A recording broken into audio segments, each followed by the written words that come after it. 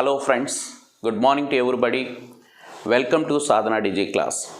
మిత్రులారా, మీ అందరికీ 2022 నూతన సంవత్సర శుభాకాంక్షలు.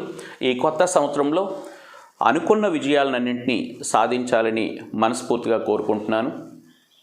మరి ఈ నూతన సంవత్సరంలో వచ్చే నోటిఫికేషన్లో మీరు విజయం సాధించాలని కోరుకుంటున్నాను. ఈరోజు మనం ఈ సెషన్లో ఆధునిక భారతదేశ చరిత్ర, మోడర్న్ ఇండియన్ హిస్టరీ, అంటే యూరోపియన్లు భారతదేశంలోనికి ప్రవేశించినప్పటి నుంచి 1947 భారతదేశానికి స్వతంత్రం వచ్చినంత వరకు మొత్తం జరిగిన చరిత్ర అంతటినీ కూడా మనం డిస్కస్ చేయటం అనేది జరుగుతుంది. ఈ మోడర్న్ ఇండియన్ హిస్టరీ అనేది ఎట్ ప్రజెంట్ కాంపిటేటివ్ ఎగ్జామ్స్లో ఇటు ఏపీపీఎస్సీ కానీ అటు తెలంగాణ పబ్లిక్ సర్వీస్ కమిషన్ కానీ లేదా స్కూల్ అసిస్టెంట్ సోషల్ విభాగంలో కానీ SI constable railway recruitment board ఎగ్జామ్స్లో కానీ మోడర్న్ ఇండియన్ హిస్టరీ అనేది చాలా ప్రాధాన్యత కలిగినది. ఆయా పరీక్షలలో ఆ కేటగిరీకి ఉండే వెయిటేజ్ని బట్టి మార్కులు ఇవ్వటం అనేది జరుగుతుంది. ఏది ఏమైనా modern Indian history it is a very important zone for all competitive aspirants. మిత్రులారా, యూరోపియన్స్ అసలు భారతదేశంలోనికి ఎలా ప్రవేశించారు, ఎవరి తరువాత ఎవరు ప్రవేశించారు, వారి మధ్య జరిగిన యుద్ధాలు ఏమిటి అనేది ముందుగా మనం చర్చిద్దాం. దీంట్లోనికి వెళ్ళే ముందు అప్పటిలో అంటే మధ్యుగ భారతదేశం నుంచి ఆ టైంలో యూరోపియన్లు ఆసియా ఖండానికి వచ్చి ఆసియా నుంచి వాళ్ళకి అవసరమైన వస్తువులు తీసుకుంటూ వెళ్ళేవారు. అలాంటి వాటిలో సుగంధ ద్రవ్యాలు, ప్రత్యేకంగా స్పైసెస్ అనేవి మన ఇండియా నుంచే ఐరోపా వాళ్ళు తీసుకుని వెళ్ళి ఉపయోగించుకుంటూ ఉండేవారు వారి ఆహార పదార్థాల్లో భాగంగా. అలాగే వివిధ రకాల రత్నాలు, ముత్యాలు ఇలాంటి వాటిని కూడా మన ఆసియా ఖండం నుంచి తీసుకువెళ్ళేవారు. మరి ఐరోపా వారికి ఆసియాకి మధ్య రవాణా మార్గంగా ఉండే ఏకైక భూమార్గం కాన్స్టాంటినోపిల్ నగరం. ఈ కాన్స్టాంటినోపిల్ నగరం అనేది బైజాంటియన్ సామ్రాజ్యం యొక్క రాజధాని మధ్యయుగంలో. ఈ బైజాంటియన్ సామ్రాజ్యాన్ని క్రైస్తవ పాలకులు పరిపాలన చేసేవారు. అంటే క్రైస్తవుల ఆధీనంలో బైజాంటియన్ సామ్రాజ్యం ఉండేది. బైజాంటియన్ సామ్రాజ్యం యొక్క రాజధాని కాన్స్టాంటినోపిల్. కాన్స్టాంటినోపిల్కే మరొక పేరు ఇస్తాంబుల్. ఈ కాన్స్టాంటినోపిల్ అనేది యూరోపియన్లు ఆసియాకు వచ్చి వాళ్ళకు అవసరమైన వస్తువులని మరలా వారి ఖండానికి తీసుకుపోవటానికి ఉండే ఏకైక మార్గంగా ఉండేది.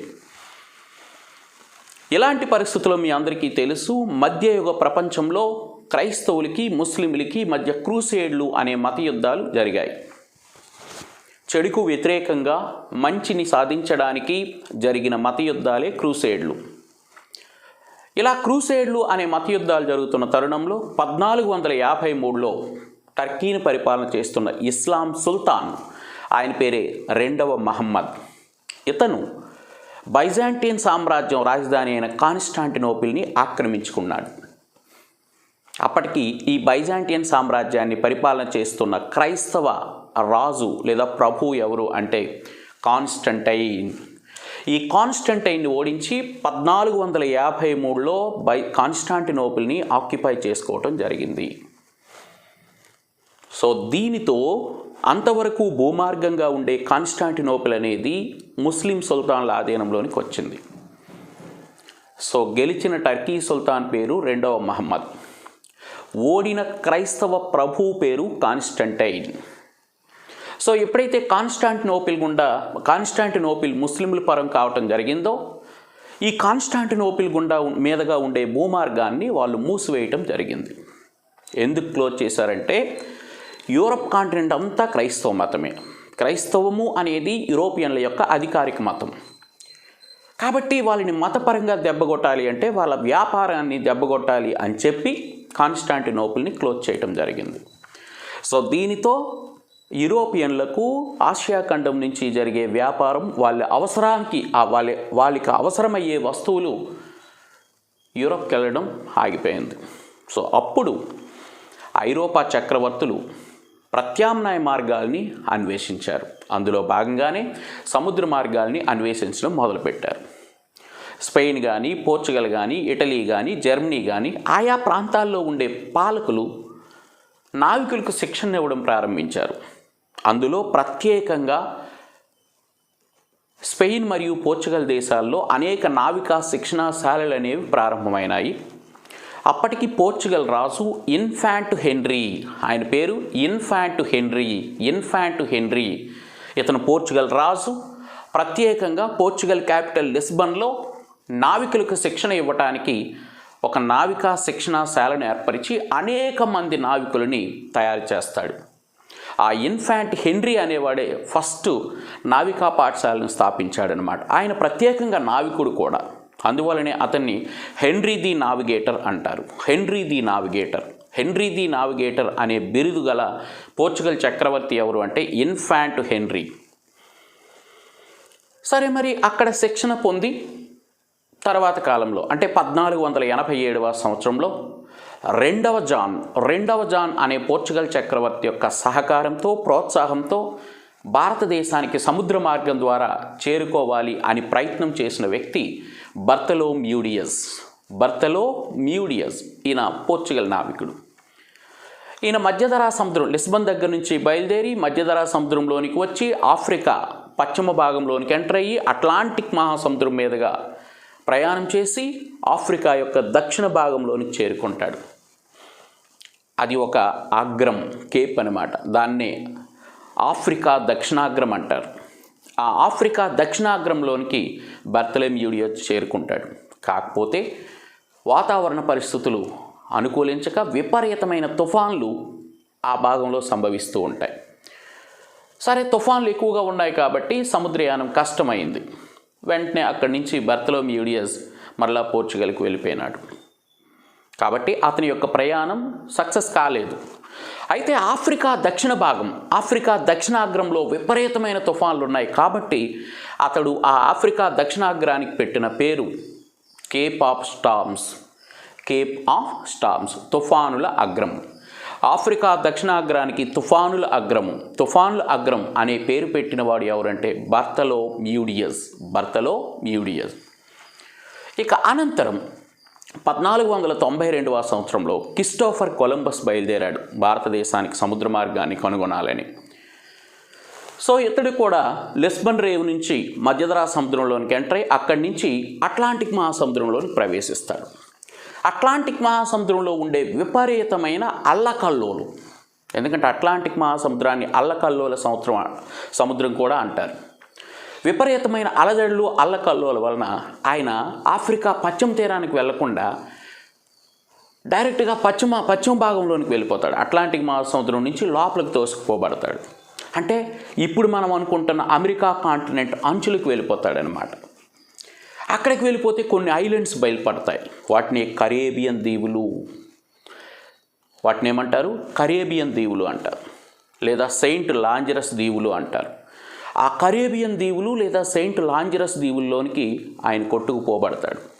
అక్కడికి వెళ్ళిన తర్వాత అక్కడుండే ప్రజల యొక్క వర్ణం చూసి వీళ్ళే ఇండియన్స్, నేను ఇండియాకు చేరుకున్నాను అని కొలంబస్ అనుకుంటారు. ఆ ప్రజల యొక్క వర్ణమును బట్టి వీళ్ళు రెడ్ ఇండియన్స్ అంటారు. మరి అది ఇండియా కాబట్టి, అది పశ్చిమ దిశలో ఉంది కాబట్టి దీన్ని వెస్ట్ ఇండియా అన్నాడు. సో ఆ వెస్ట్ ఇండీస్ అనే నామకరణం కూడా కొలంబస్ చేసింది. అక్కడ కరేబియన్ దీవులకు చేరుకుంటాడు. ఆ కరేబియన్ దీవులకి వెస్ట్ ఇండియా అని నామకరణం చేసిన వాడు కొలంబస్. అక్కడుండే ప్రజల్ని రెడ్ ఇండియన్లు అని చెప్పి పిలిచిన వాడు కూడా కొలంబస్. అక్కడి నుంచి వెళ్ళి అక్కడేమో నేను ఇండియాకి వెళ్ళాను అని చెప్పి తిరిగి మళ్ళీ పోర్చుగల్కి వచ్చేస్తాడు కొలంబస్. మరి కొలంబస్ తరువాత అమెరిగో వెస్పూచి అనే మరొక నావికుడు వెళ్ళి కొలంబస్ కనుగొన్న ఈ కరేబియన్ దీవులకు చేరుకొని ఇది ఇండియా కాదు అని ఆయన ప్రూవ్ చేశాడు. అదేవిధంగా వాటితో పాటు మరికొన్ని ఏరియాస్ని కూడా ఆయన అన్వేషించాడు. కాబట్టి ఇప్పుడుండే అమెరికాకి ఎవరి పేరు మీదుగా ఆ పేరు పెట్టారంటే అమెరిగో వెస్పూచి. యాక్చువల్గా అమెరికాను కనుగొన్నాడు కొలంబస్ అంటారు, కానీ కొలంబస్ కనుగొన్న ఏరియా అది వెస్ట్ అంటే ఇండియా కాదు అని, అవి కొన్ని దీవులని చెప్పి నిరూపించాడు అమెరిగో వెస్పూచి. ఇతరత్రా ఏరియాలని కూడా కనుగొంటాడు అక్కడ. అందువలనే ఇప్పుడుండే అమెరికా ఏదైతే ఉందో దానికి ఆ పేరు అమెరిగో వెస్పూచి పేరు మీదుగా వచ్చింది. ఇక చివరగా ఇక మూడవసారి ఇండియాకు వెళదాము, ఇండియాకు సముద్ర మార్గాన్ని కనుగొందాం అంటే యూరప్కి ఇండియాకి. మూడవ యాత్ర రెండవ విక్టర్ ఇమ్మాన్యువల్ అనే చక్రవర్తి పోర్చుగల్ దేశాన్ని పరిపాలన చేస్తున్నప్పుడు జరిగింది. రెండవ విక్టర్ ఇమ్మాన్యువల్ యొక్క ప్రోత్సాహంతో పోర్చుగల్ నుంచి బయలుదేరి భారతదేశానికి సముద్ర మార్గం ద్వారా వచ్చిన వ్యక్తి వాస్కో డి గామా. ఇతడు 1487వ సంవత్సరంలో పోర్చుగల్లోని లిస్బన్ రేవు నుంచి బయలుదేరి ఆఫ్రికా ఖండం యొక్క పశ్చిమ భాగంలోనికి ప్రవేశించి ఆఫ్రికా దక్షిణాగ్రానికి చేరుకొని ఆ ఆఫ్రికా దక్షిణాగ్రంని యాక్చువల్గా అప్పటికే దాన్ని తుఫాన్ల అగ్రం అన్నాడు బర్తలోమియో డియాస్. ఆ ఆఫ్రికా దక్షిణాగ్రంలో ఆగి అక్కడ ఒక వ్యక్తి యొక్క హెల్ప్ తీసుకున్నాడు ఆఫ్రికా దక్షిణాగ్రంలో. సో ఆ వ్యక్తి పేరు, ఆయన ఒక ముస్లిం వ్యాపారి, ముస్లిం వర్తకుడు. ఆయన్ని ఇబన్ మజీద్ అంటారు లేదా Abdul Majid. So Vasco da గామాకి హెల్ప్ చేసి అంటే సముద్రయానంలో ఆయన హెల్ప్ చేస్తాడు అబ్దుల్ మజీద్ లేదా Ibn Majid. So Vasco da Gama Africa దక్షిణాగ్రం నుంచి అబ్దుల్ మజీద్ యొక్క సహకారంతో భారతదేశానికి చేరుకోగలిగినాడు. ఇలా వాస్కో డి గామా ప్రయాణం చేసిన నౌకని శాన్ గాబ్రియేల్ అంటారు. San Gabriel. Vasco da Gama ఇండియాకి రావటానికి ఏ నౌక ద్వారా వచ్చాడు అంటే San Gabriel. San Gabriel. So ఇలా తన ప్రయాణంలో 1498 మే 17వ తేదీన శాన్ గాబ్రియేల్ అనే నౌక ద్వారా మరి అబ్దుల్ మజీద్ అనే ముస్లిం వర్తకుడి యొక్క సహకారంతో 1498 మే 17వ తేదీన భారతదేశం యొక్క నైరుతి దిశలో కేరళ రాష్ట్రంలో కాలికట్ తీరానికి వాస్కో డి గామా చేరుకున్నారు. అలా భారతదేశానికి మొట్టమొదటిగా సముద్ర మార్గాన్ని కనుగొన్న వ్యక్తి వాస్కో డి గామా. పోర్చుగల్ దేశానికి చెందినవాడు. ఏ సంవత్సరంలో భారత్కి చేరుకున్నాడు అంటే 1498 మే 17. ఏ నౌకలో చేరుకున్నాడు అంటే శాన్ గాబ్రియేల్ నౌకలో. కేప్ ఆఫ్ గుడ్ హోప్ లేదా దక్షిణాఫ్రికా ఆగ్రం నుంచి అతనికి సహాయంగా బయలుదేరిన మరొక ముస్లిం వర్తకుడి పేరు ఇబన్ మసీద్ ఆర్ అబ్దుల్ మసీద్. సో ఇలా 1498 మే 17న వాస్కో డి గామా కాలికట్ తీరానికి చేరుకున్నాడు. మరి అప్పటికే కాలికట్ ప్రాంతాన్ని పరిపాలన చేస్తున్న హిందూ చక్రవర్తి ఒక ఆయన ఉన్నాడు, హిందూ రాజు ఒక ఆయన ఉన్నాడు. ఆయన పేరే జామెరిన్. ఓకేనండి, ఆయన పేరు ఏం పేరు? జామెరిన్ లేదా ఆయన అసలు పేరు రాజా మను విక్రమార్క. జామెరిన్ అసలు పేరు రాజా మను విక్రమార్క లేదా అతనినే సముద్రిక అని పిలుస్తారు. సో 1498 మే 17వ తేదీన శాన్ గాబ్రియేల్ నౌకలో వాస్కో డి గామా కాలికట్ తీరాన్ని చేరుకుంటే మరి అక్కడ కాలికట్ ప్రాంతాన్ని పాలిస్తున్న హిందూ ప్రభువు లేదా హిందూ రాజు, ఆయన పేరు జామెరిన్ లేదా రాజా మను విక్రమార్క లేదా సముద్రిక అంటారు. అతను వాస్కో డి గామాని ఆహ్వానించి తన రాజ్యంలోనికి తీసుకువెళ్ళి వాస్కో డి గామాకు అవసరమైన సరుకులన్నీ కూడా కొని ఇవ్వటం జరిగింది. తదనంతరం ఆ సరుకుల్ని తీసుకొని వాస్కో డి గామా తిరిగి పోర్చుగల్కి వెళ్ళిపోయినాడు. ఈ జామెరిన్ అనే హిందూ రాజు లేదా రాజా మను విక్రమార్క ఇచ్చిన బహుమానాలు ఏవైతే ఉన్నాయో వాటిని పోర్చుగల్ దేశంలో వాస్కో డి గామా అమ్మగా 60 రెట్ల లాభం వస్తుంది ఆయనకి, వాస్కో డి గామాకి. సో అలా Vasco da Gama first visiting ఇండియాలో జరిగింది 1498 మే 17.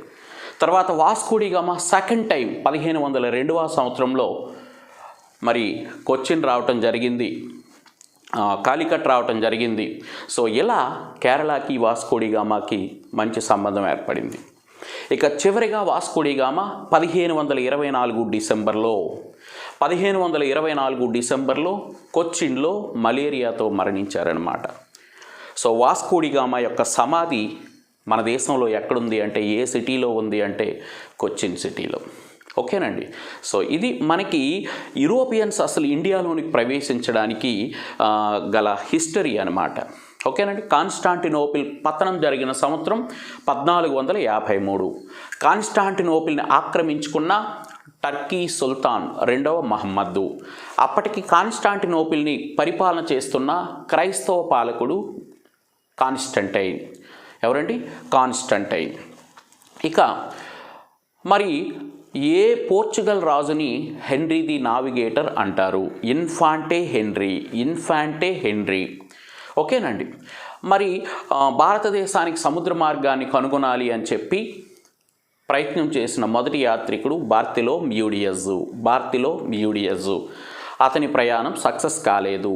ఆయన 1487లో బయలుదేరాడు. ఆయనకి సహకారం ఇచ్చిన, అతన్ని ప్రోత్సహించిన పోర్చుగల్ రాజు 2వ జాన్. ఆయన ఆఫ్రికా దక్షిణాగ్రానికి చేరుకున్నాడు. ఎవరు? బార్తిలోమ్యూడియస్. ఆఫ్రికా దక్షిణాగ్రానికి చేరుకుంటే అక్కడ తుఫానులు ఎక్కువగా ఉండడం వలన ఆ ప్రాంతానికి తుఫానుల అగ్రము లేదా కేప్ ఆఫ్ స్టార్మ్స్ అని ఎవరు పిలిచారు అంటే బార్తిలోమ్యూడియస్. అనంతరం కొలంబస్సు ఇండియాకు సముద్ర మార్గాన్ని కనుగొనాలని బయలుదేరాడు. కానీ కొలంబస్సు పశ్చిమ తీరానికి కొట్టుకుపోబడతాడు. ఏ దీవులకు చేరుకున్నాడు అంటే కరేబియన్ దీవులకు చేరుకున్నాడు.